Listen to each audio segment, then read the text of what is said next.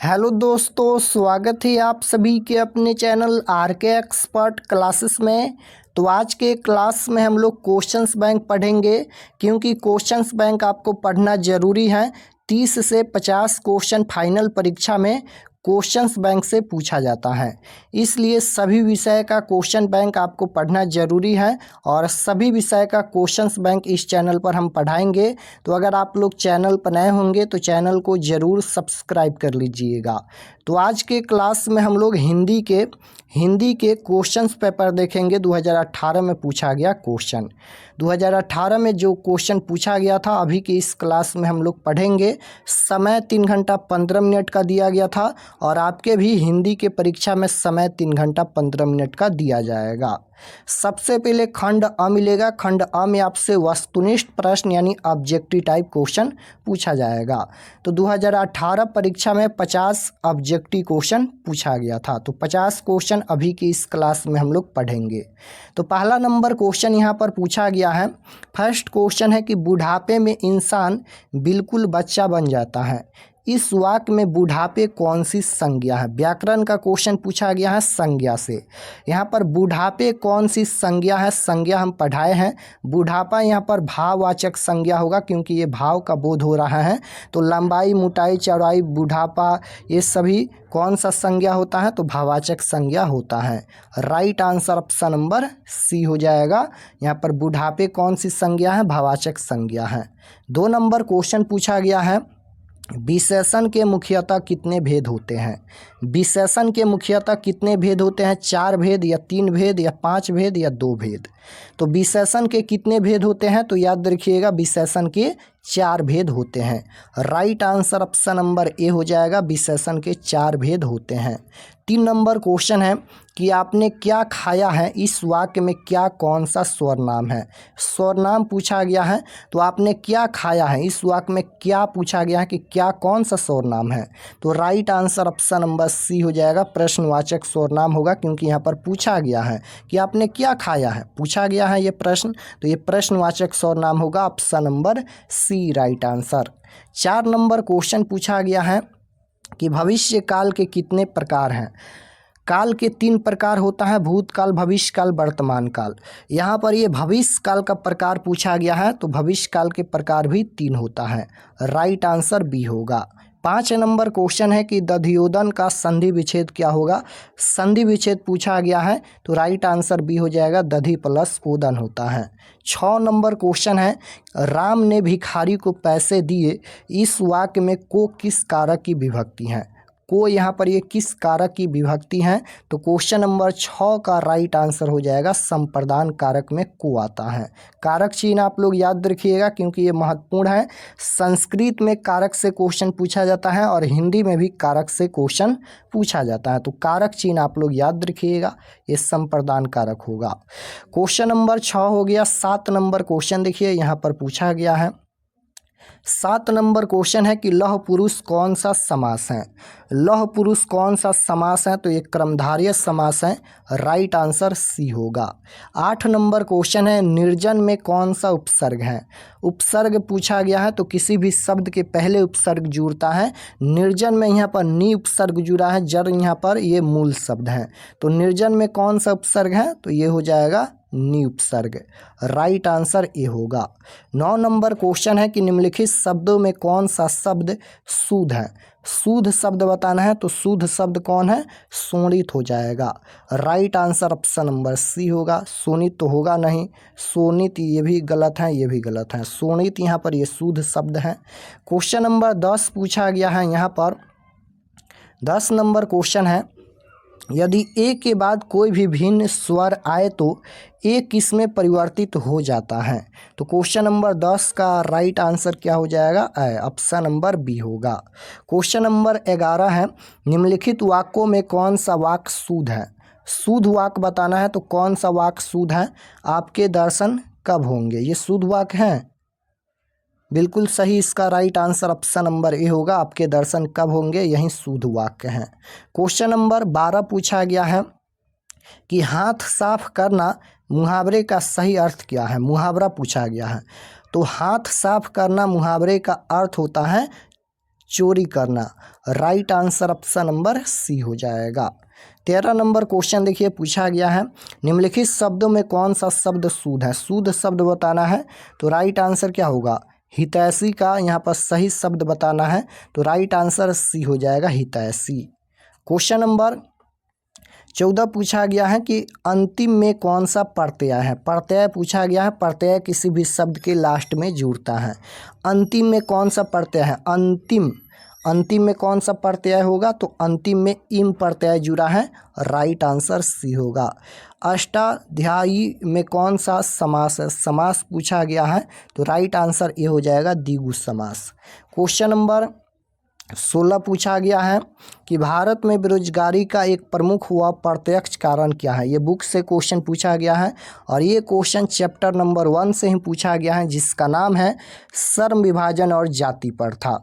सबसे पहले तो आपको याद होना चाहिए कि श्रम विभाजन और जाति प्रथा के लेखक कौन है? तो भीमराव अम्बेडकर हैं।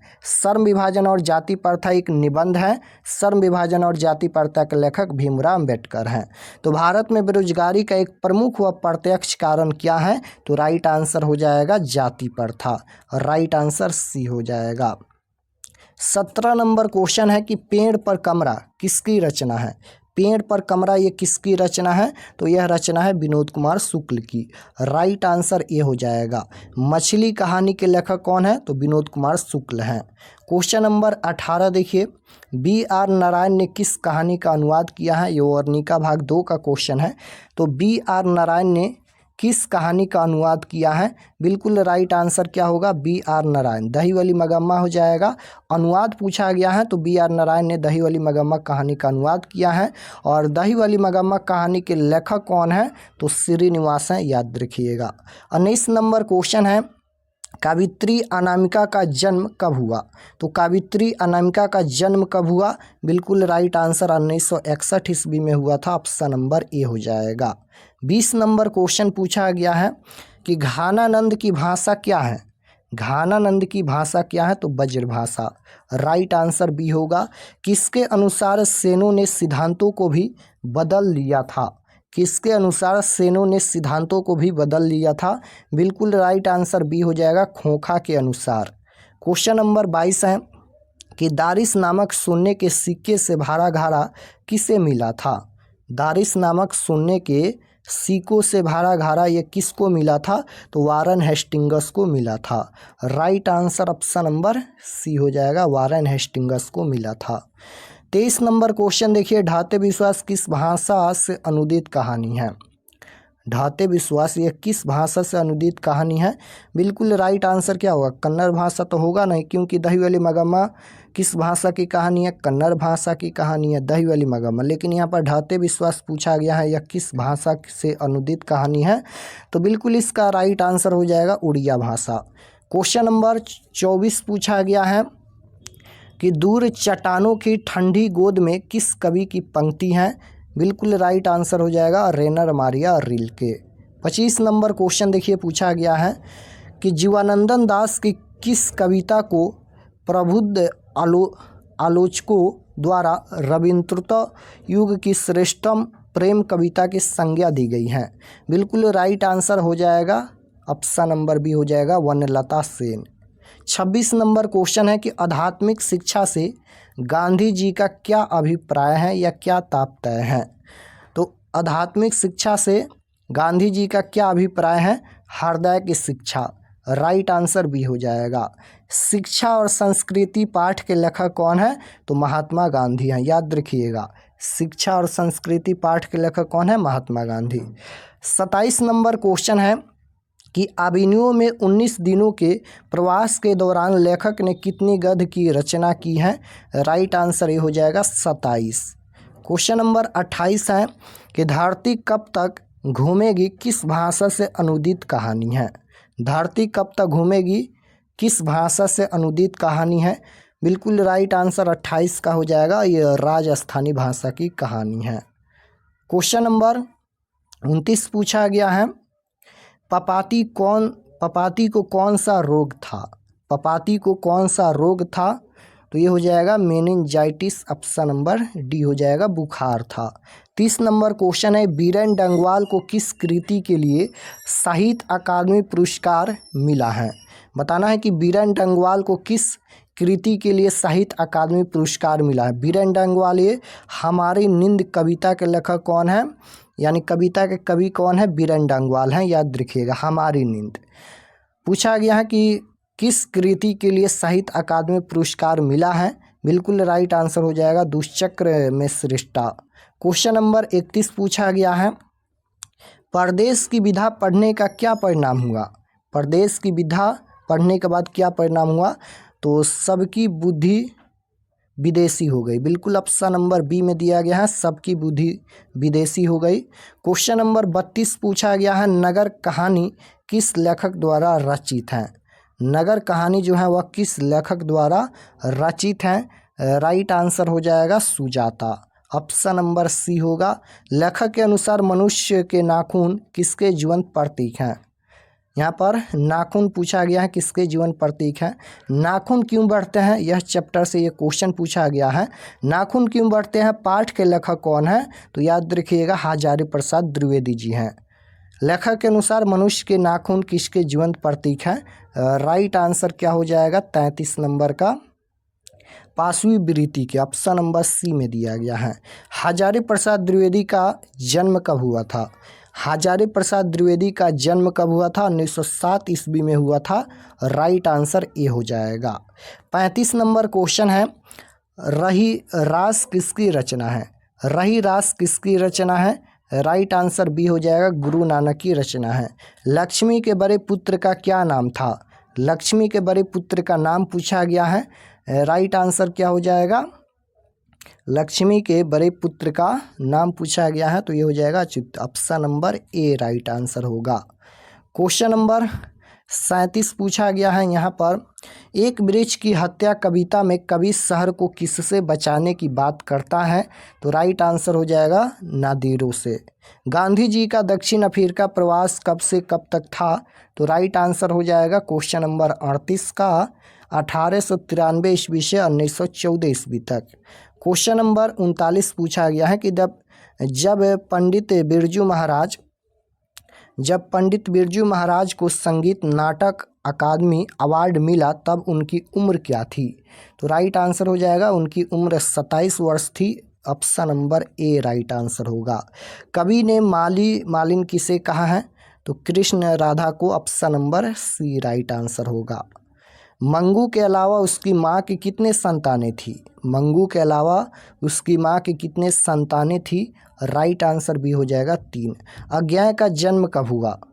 अज्ञाय का पूरा नाम क्या है? सबसे पहले ये बताइए, अज्ञाय का पूरा नाम क्या है? तो अज्ञाय का पूरा नाम है सचिनानंद हीरानंद उत्सायन अज्ञाय। अज्ञाय का जन्म पूछा गया है। हिरोशिमा कविता के लेखक कौन है, कवि कौन है? हिरोशिमा कविता के कवि हैं सचिनानंद हीरानंद उत्सायन अज्ञाय जी। अज्ञाय का जन्म कब हुआ था? 1911 ईस्वी में जन्म हुआ था। 43 नंबर क्वेश्चन है कि दिनकर को किस कृति के लिए ज्ञानपीठ पुरस्कार मिला? तो राइट आंसर हो जाएगा ऑप्शन नंबर सी वर्षी। नौबत खाने में इबादत साहित्य की कौन सी विधा है? तो ये साक्षात्कार है, option number D right answer. 45 number question है कि पंडित बिरजू महाराज लखनऊ घराने के किस पीढ़ी के कलाकार हैं? राइट आंसर हो जाएगा 7वीं पीढ़ी का कलाकार हैं। सीता के बेटे ने सीता को कितने रुपये महामारी खर्च देने का निर्णय लिया? राइट आंसर हो जाएगा 50 रुपये। उत्तर भारत की नागरी लिपि के लेख कब से मिलने लगते हैं? उत्तर भारत की नागरी लिपि के लेख कब से मिलने लगते हैं? राइट आंसर हो जाएगा 8वीं सदी, option number A right answer होगा। 48 नंबर क्वेश्चन देखिए पूछा गया है यहाँ पर, बहादुर पर कितने रुपये चोरी का इल्ज़ाम लगा था? बहादुर पर कितने रुपये चोरी का इल्ज़ाम लगा था? 11 रुपये चोरी का आरोप लगा था। राइट आंसर बी हो जाएगा। बहादुर कहानी है, बहादुर कहानी के लेखक कौन है? तो बहादुर कहानी का लेखक है अमरकांत। बहादुर पर 11 रुपये चोरी का आरोप लगा था। चोरी का आरोप कौन लगाते हैं? निर्मला के रिश्तेदार लगाते हैं। निर्मला कौन थी? लेखक की पत्नी थी। 49 नंबर क्वेश्चन है, भारत माता कविता में भारत का कैसा चित्र प्रस्तुत किया गया है? भारत माता कविता में भारत का कैसा चित्र प्रस्तुत किया गया है? तो राइट आंसर क्या हो जाएगा? यथातथ option number C right answer हो जाएगा। 50 नंबर क्वेश्चन है कि जातीय अस्मिता की दृष्टि से इतिहास का प्रवाह कैसा है? राइट आंसर हो जाएगा अविच्छिन्न, option number B right answer होगा। तो ये 2018 में पूछा गया क्वेश्चन, ये जितना भी क्वेश्चन है 50 क्वेश्चन पूछा गया था 2018 में। नेक्स्ट क्लास में हम लोग 2019 के क्वेश्चन पेपर देखेंगे। तो अगर आप लोग चैनल पर नए होंगे तो चैनल को ज़रूर सब्सक्राइब कर लीजिएगा।